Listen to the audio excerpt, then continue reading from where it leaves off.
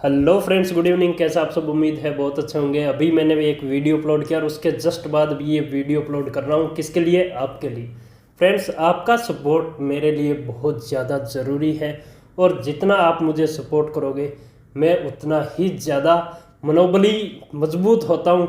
मेरा मनोबल है वो मजबूत होता है। फ्रेंड्स, अभी मैंने वीडियो अपलोड करा था कि कल आपके साथ हो सकता है शेयर मार्केट में धोखा हो। किस वजह से हो वो बताइए। अभी ये दूसरा जो वीडियो है ये है परसों या कल जो भी न्यूज़ आई है इकोनॉमिकल सर्वे की। अब इकोनॉमिकल सर्वे क्या था क्या नहीं था ये सब ने अलग अलग तरीके से पेश किया, लेकिन हम हैं वो इकोनॉमिकल सर्वे की पूरा निचोड़ लेके आए।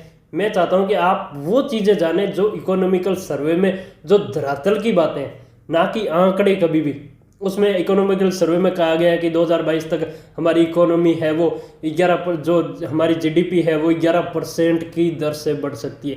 लेकिन जो 2020-21 फाइनेंशियल ईयर में जो जीडीपी माइनस में गई है और जो 21-22 की जीडीपी जो रहनी है, जो एवरेज जीडीपी है इंडिया की वो है 6.7%। लेकिन यहाँ पे इकोनॉमिकल सर्वे में ये साफ साफ कहा गया है कि 2021-22 में भी हम अपनी जो नॉर्मल जीडीपी ग्रोथ रेट है उसको हासिल करने में कामयाब नहीं हो सकते हैं। उसको भी हम लगभग 70 या जब 2023 तक है ना, जो हमारी जो नॉर्मल या एवरेज जीडीपी ग्रोथ 6.7% है उसको इन तीनों साल के लिए 2020, 21 और 22 के लिए हासिल करना हमारा 2023 तक भी मुश्किल है।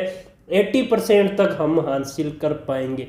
तो इसका मतलब है कि जो इकोनॉमिकल सर्वे आया है जिसमें बताया गया 2022 में हमारी जीडीपी ग्रोथ है वो लगभग 11% से बढ़ सकती है, तो वो डाटा हमारे कोई काम नहीं आएगा। उसको हम बाजार में मजबूती अभी के लिए समझे, शॉर्ट टर्म के लिए बाजार में मजबूती समझे, ये हमारी बेवकूफ़ी होगी। क्यों? क्योंकि आपको पहले ही पता है कोरोना पेंडेमिक की वजह से हमारी जो जीडीपी ग्रोथ रेट है वो पहले से ही माइनस में है 2020-21 की। तो हम 2021-22 में हमारी जो R&D रिसर्च एंड डेवलपमेंट में अगर बहुत ज़्यादा खर्चा करें और हमारे जो PSU सेक्टर्स हैं उनको सुधार पाएँ, तभी हम जो एवरेज ग्रोथ रेट है उसको हासिल कर पाएंगे। क्योंकि PSU सेक्टर्स हमारे 2018, 2019, 2020 तीनों ईयर में ही खराब रहे। PSU सेक्टर में सबसे जो बड़ी कंपनियां हैं या सबसे ज़्यादा जो 350 कंपनियों में सबसे ज़्यादा जो नंबर है वो बैंकिंग का, और बैंकिंग के हालात पहले से ही जब से नोटबंदी हुई तब से खराब है बैंकिंग के हालात। और बैंकिंग का जो आपका ये मान सकते हैं कि आप जो बैंकिंग के अंदर NPA है वो लगातार बढ़ता जा रहा है। और अभी जो कोरोना में राहत पैकेज लॉन्च किए गए थे और जो लोन बांटे गए थे MSME के तहत, उनमें भी अभी हो सकता है कि जो हमारा मार्च में फाइनेंशियल ईयर एंड होगा तब बैंकिंग के जो डाटा आएंगे निकल के, वो हो सकता है कि NPA वो चुकाने वाला हो, क्योंकि उन लोगों को भी लोन दिए गए जो शायद चुकाने के काबिल ना हो। MSME के तहत बहुत सारे लोन जो है वो बिना किसी भी तरह की जो फाइनेंशियल इंटरेस्ट है व्यक्ति की वो देखे बिना ही MSME लोन जो बांटे गए थे, उन लोनों का जो डाटा आना है मार्च 2021 के अंदर वो हो सकता है कि और भी चौंकाने वाला हो।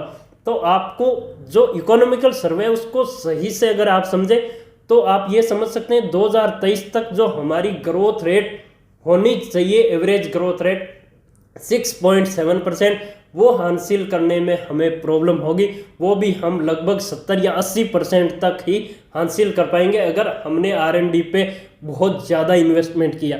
दूसरी बात है कि हमारा जो घरेलू प्रोडक्शन है, अब जैसे ही अमेरिका में जो नई सरकार बनी है उनका ये कहना है कि जो दूसरी चीज़ें हथियार या वॉर में जो भी चीज़ें यूज की जाती है उनके अलावा जो घरेलू जो उत्पाद है वो हम अपने ही देश में बनाएंगे। तो सबसे बड़ा धक्का लगना है चीन को, और दूसरा देश है इंडिया।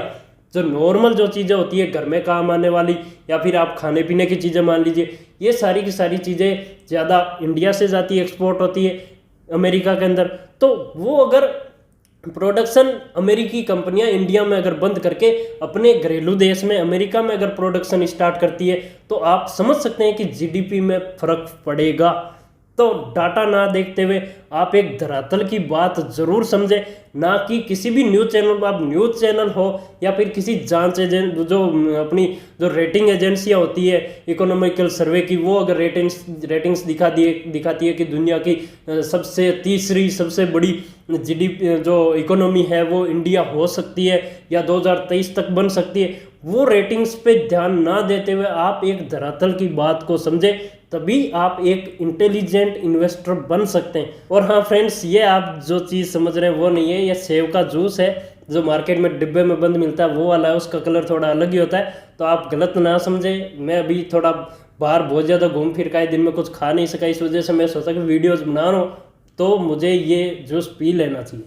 तो इकोनॉमिकल सर्वे को समझना बहुत ज़्यादा ज़रूरी है, क्योंकि बजट 1 फरवरी को लॉन्च आने वाला है। उससे पहले इकोनॉमिकल सर्वे में कई चीज़ें पॉजिटिव दिखाई गई, 11% की जो ग्रोथ रेट है उसको पॉजिटिव दिखाया गया, लेकिन उसके बाद भी एफआईआईज की जो होल्डिंग कम करने की जो स्पीड है वो कम नहीं हुई है। वो लगभग अब तक कितनी, आप समझ सकते हैं कि 13,000 करोड़ के आसपास की जो सेलिंग है वो कर चुकी है ज़्यादा।